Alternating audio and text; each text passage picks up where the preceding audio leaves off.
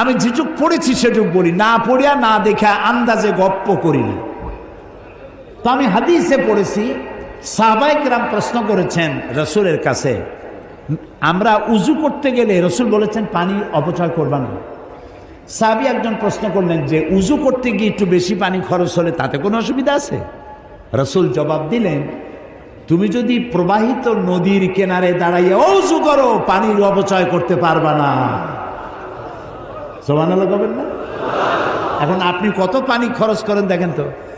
Tape একটা সাইয়া দিয়া জনমের মতো, একটা চায়ের কাপ ধুইতে গিয়ে একটা কলস ধোয়ার পানি খরচ করতেছে। বউরা কি গ্যাস আছে? আছে। একটা মেসের কাঠি খরচ হবে সারা দিন, গ্যাসের চুলা জ্বলতে থাকে। আপনি আল্লাহর নিয়ামতের না শকর, একটা মেজের কাঠি দিলেই তো যখন খুশি তখন আপনি জ্বালাইতে পারেন। আপনি কেন বাড়িতে বলেন না যে জ্বালাই রাখবে না?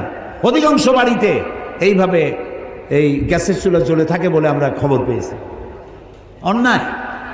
সুম্মা লাতুসআলুন্না ইয়াওমাইযিন আনিন নাঈম, প্রত্যেকটি নিয়ামত সম্পর্কে কিয়ামতে আল্লাহর কাছে জবাবদিহি করতে হবে।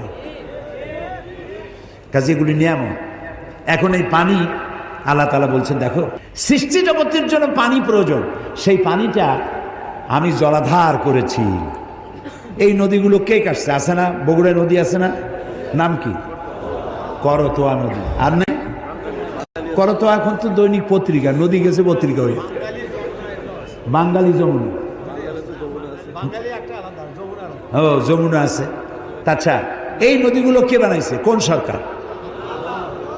কে বানিয়েছেন? অসংখ্য নদী বানালেন, সমুদ্র বানালেন, মহাসমুদ্র বানালেন। পৃথিবীর 4 ভাগের 3 ভাগ পানি আর 1 ভাগ হচ্ছে স্থল। এই পানি আল্লাহ তাআলা জলাধার বানায় রেখেছেন।